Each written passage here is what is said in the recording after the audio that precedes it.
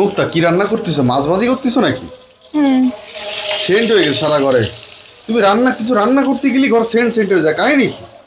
আমি রান্না করে যদি মানুষের খিদা বাড়াতে না পারি তাহলে কি রান্না করলাম? সেন্টেই মানুষের পেটে খিদা না থাকলেও কি মাছ? ও কই মাছ। কয়টা রান্নতেছো?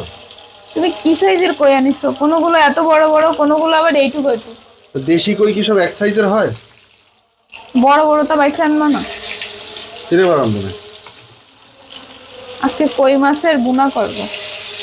কই মাছগুলো জ্যান্ত ছিল। দেশি কই ভুনা তো আরো টেস্ট হবে না। মেলা মজা করে রান্না করতে পারি আমি কই মাছ।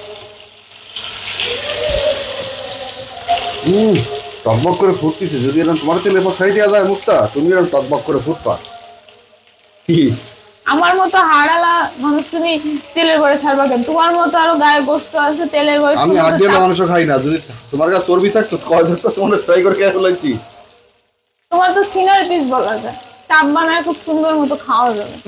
আচ্ছা তোমারে ফ্রাই করে ডুবো তাহলে। সুন্দর লাগতেছে। সেন্ট মাশাআল্লাহ অনেক সুন্দর বলতেছে। ও আচ্ছা শোনো, এই জায়গা থেকে এই ছোট 2 পিস তোমারে দেবো, হ্যাঁ, বাকিগুলো আমাদের। আচ্ছা ঠিক আছে।